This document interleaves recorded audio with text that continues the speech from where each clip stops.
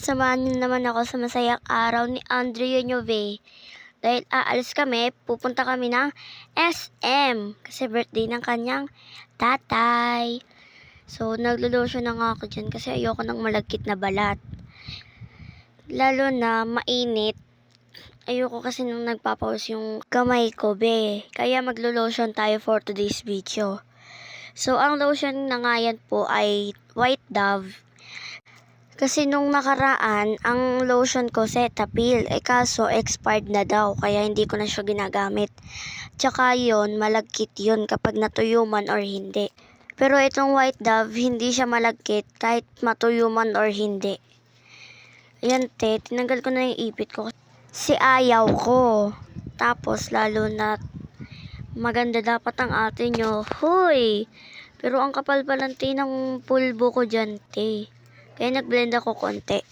Pero dahil tanghali na, doon na kami magtatanghalian sa SM. Kaya, yan be, nagbe-blend pa rin ako be. Dahil sobrang puti nga ng mukha ko. Yun, nakarating na kami sa SM nan. At nasa first floor kami, lalakarin namin hanggang third floor. May escalator naman dyan, te. Huwag tayong tamad. Hoy!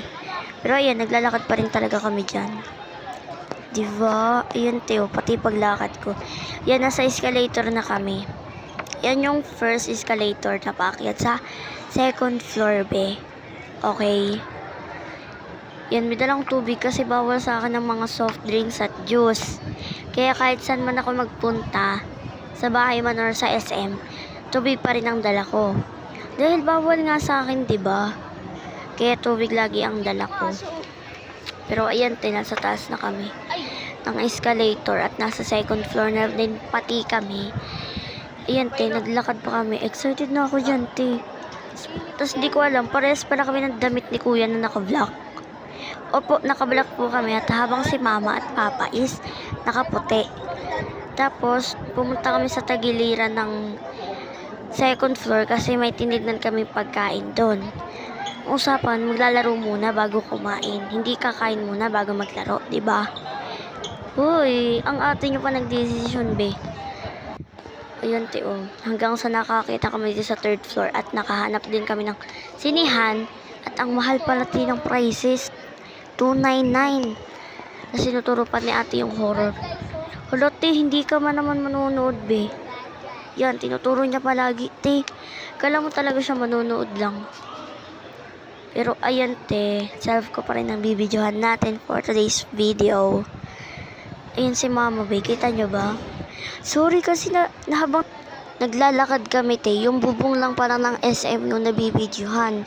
Di hindi ang fase ng ate nyo.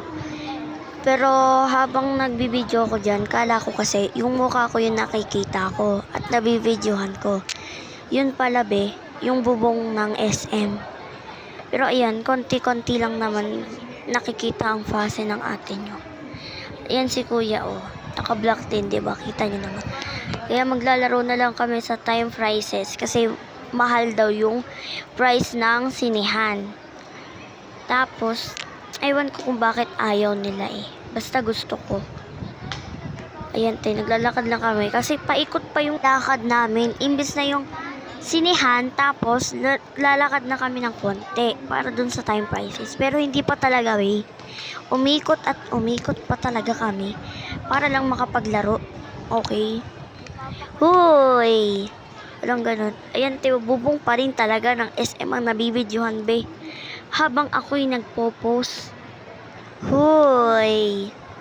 Ayan, pero bubong lang talaga sa inyo nabibidyohan dyan, Pero okay lang, di naman galit ang ate nyo. Dahil pwede naman nating ayusin lang ng tamang pag-i-edit ang ating ginawa. Fuck, ganun.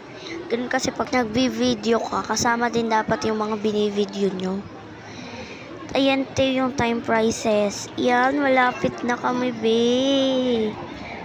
So, connect po yung word of fun sa time prices. Ang word of fun lang po is yung mga pang-gaming, mga ganyan. Tapos dito naman po sa time prices is claw machine. Kaya nga time prices, prices. Kaya may makukuha ka. Pero ayan, nakapil na kami para lang makapaglaro at makabili na rin ng token. Kasi excited na ako, te. Dahil hindi ko hanapin kung saan ba talaga ako maglalaro at kung saan ba talaga ako. Ayan, ang arte ng ate nyo, may pakis pa. Nabidyohan ko pala yung haba ng pila sa bilihan ng token, be. Kaya anong magagawa? Mahaba nga ang pila. Pero atat na ako dyan, be. Tingnan nyo naman yung face ko, diba? Nangangalas mata na ako sa halos na makita ko yung kurumi. Talaga, promise. Yung kurumi na kalalagay lang ni kuya. Di parang gusto nang kunin lahat yun, be. Paano ba naman isang plastic yun, be? Sino ba naman ang hindi lover ng kurumi dyan, be? Tapos dito na ako pinapila ni mama. Sa tabi ni papa. Opo, kunikwento ko lahat ng gusto kong kunin at gusto kong makuha pala. Diyos na gusto ko talaga makuha yung kurumi, be. As in, sobrang tagal, te. Tumitingin di ako dito sa sa pagkain sa candy. Pero sabi ko sa sarili ko, hindi ko yun kayang kunin. Kasi mga candy yun. Feeling ko talaga makakakuha ako sa kurumi. Galing yung sinasabi ko. Yan, te. Atat na ako. Pero nakapila pa rin talaga kami, te. Kahit may naisip na akong target. Opo, promise. May naisip na po akong target pero wala pa akong token. Diba? Ganun lang minsan natin naisip, diba? You know, diba? Yan, te. Glow machine yan, te. Glow machine yan, na. Sinasabi ko, kurumi. Hanggang sabi, binigyan na din ako ng token sa wakas, be. Nakabili na din kami. At yan, ayun, diba? Sabi ko sa inyo, makakakuha ako, be. Supportive mom talaga si mama, be. As in, te, first try ko pa lang nakuha ko na siya, te. Diba, hindi talaga makapag Yan na lang. Thanks for watching.